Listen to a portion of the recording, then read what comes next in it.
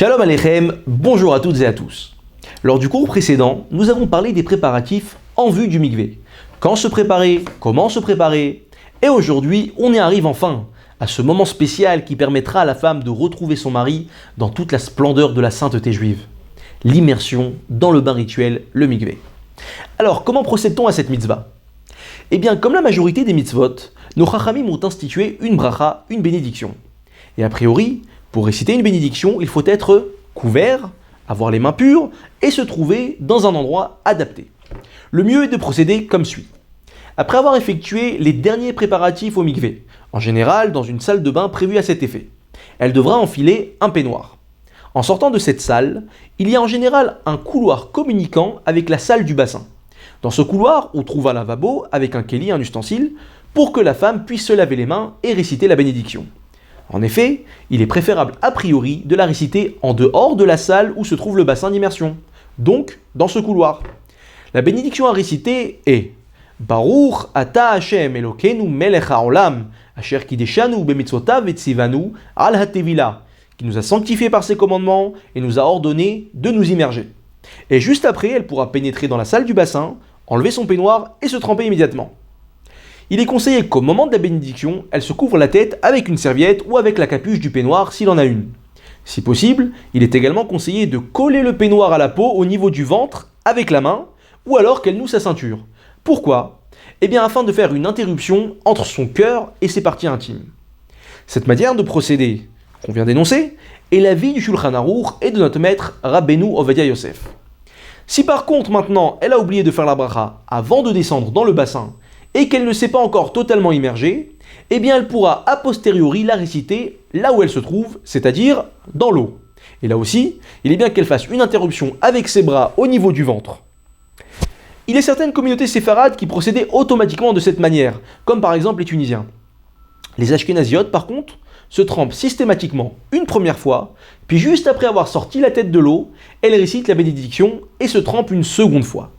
Il y a certaines séfarades qui ont aussi cette coutume, qui peuvent d'ailleurs la perpétuer en dehors d'Eretz Israël, bien qu'il soit préférable qu'elle procède comme l'indique le Shulchan Aruch, la première manière qu'on a mentionnée. Au niveau du nombre d'immersions, il y a différentes coutumes. Certaines se trempent 3 fois, d'autres 7 fois, d'autres plus, bien qu'il suffit en réalité que d'une seule fois. Chacune fera selon son habitude. Maintenant, quelle position adopter quand on se trempe ? Eh bien, il faut être cool, relâché, pas trop droite, pas trop courbée, mais prendre une position normale, décontractée, à peine en avant. Ne pas écarter trop les bras, il suffit juste de ne pas les coller au corps. Il ne faut pas non plus serrer les mains, les lèvres ou les dents, bien que, comme on l'a précisé dans le cours précédent, il n'est pas nécessaire que l'eau pénètre dans la bouche. Mais là aussi, elle doit être normale, le plus relâchée possible. Ne pas mettre également ses cheveux dans la bouche. Les yeux non plus, ne pas les fermer trop fort, ni les ouvrir trop fort, afin que l'eau puisse pénétrer au niveau des paupières. Maintenant, une femme faible ou âgée, qui a besoin de s'agripper à quelque chose, devra au préalable se mouiller les mains, et ensuite pourra attraper la main d'une autre femme, qui descendra avec elle dans le bassin, ou attraper la rampe s'il y en a. Voilà pour la manière de se tremper. D'ailleurs, il est connu que le moment d'immersion est très fort et prompt de filote. Donc mesdames, profitez-en. Maintenant, après s'être trempée, la balanite s'efforcera en général de toucher la femme. On le rappelle, la balanite, c'est la dame préposée à vérifier la validité de l'immersion, en vérifiant préalablement le corps de la femme de toute interruption potentielle, et en vérifiant ensuite que la femme s'est bien totalement immergée, sans que même un seul cheveu ne soit resté en dehors de l'eau. Donc cette dame, la balanite, s'efforcera de toucher la femme. En effet, il est rapporté des choses néfastes si la femme serait en contact avec un élément impur, comme des animaux impurs, un chien, un chat, avant d'avoir rejoint son mari. Si elle en éprouve le besoin, la femme pourra prendre une douche chaude après s'être trempée, bien qu'il y ait certaines ashkénaziotes qui l'évitent. Maintenant, si une femme, après s'être trempée, s'est rendue compte qu'elle avait un corps étranger sur son corps, alors elle va prendre automatiquement contact avec un rav compétent qui décidera si oui ou non l'immersion était valable, ou si elle devra se tremper à nouveau. Bon, maintenant elle sort du mikvé, elle rentre à la maison, Baruch Hashem, tout est terminé, plutôt tout peut recommencer.